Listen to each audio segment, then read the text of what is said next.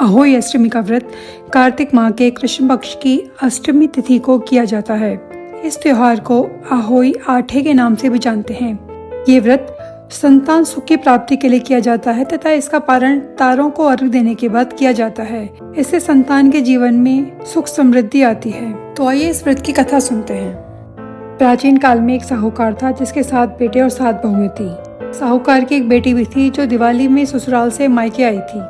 दिवाली पर घर को लीपने के लिए 7 बहुएं मिट्टी लाने जंगल में गईं, तो ननद भी उनके साथ चली गई। जहाँ वे मिट्टी खोद रही थी वहीं पर स्याहू सेहे की मान थी। मिट्टी खोदते समय नंद के हाथ से सेही का बच्चा मर गया। इससे क्रोध में आकर स्याहू माता ने नंद से कहा कि अब मैं तेरी कोख बांधूंगी।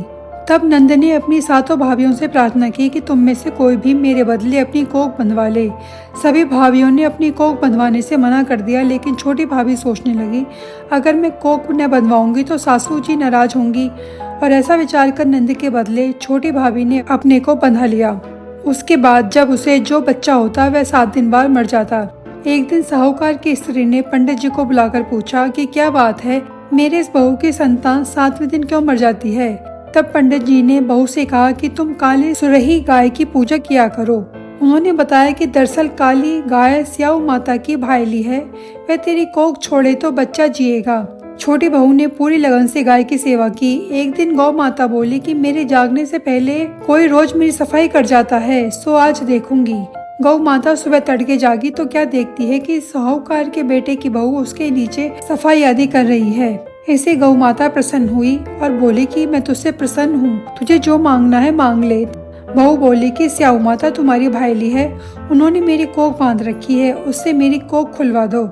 तब गौ माता 7 समुद्र पार कर अपनी भाईली के पास उसको लेकर चली गई। रास्ते में कड़ी धूप थी, इसलिए दोनों एक पेड़ के नीचे बैठ गईं। इतने में वहाँ एक सांप दिखाई दिया। उसी पेड़ पर गरुड़ पंखनी के बच्चे थे।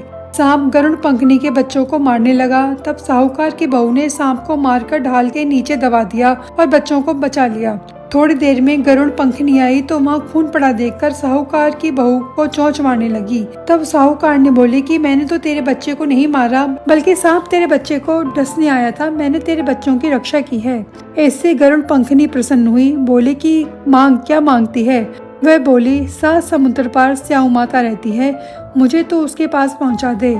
तब गरुड़ पंखनी ने दोनों को अपनी पीठ पर बिठाकर स्याहू माता के पास पहुंचा दिया। स्याहू माता उन्हें देखकर बोली कि आप बहन बहुत दिनों बाद आई। फिर कहने लगी कि बहन मेरे सिर में जू पड़ गई हैं। तब सुरही के कहने पर साहूकार की बहू ने सिलाई से उसकी जूही निकाल दी। इस पर स्याहू माता प्रसन्न होकर बोले कि तेरे 7 बेटे और 7 बहुएं हों। साहूकार ने बोली मेरा तो एक भी बेटा नहीं, 7 कहाँ से होंगे। स्याहू माता बोली वचन दिया, वचन से फिरूं तो धोबे के कुंड पर कंकड़ी होऊं। तब साहूकार की बहू बोली माता मेरी कोख तो तुम्हारे पास बंद पड़ी है। स्याहू माता बोली जा, तेरे घर में तुझे 7 बेटे और 7 बहुएं मिलेंगी, तू जाकर रुजमान करना, 7 अहोई बनाकर 7 कढ़ाई करना। वह घर लौट कर आई तो देखा 7 बेटे और 7 बहुएं बैठी थी।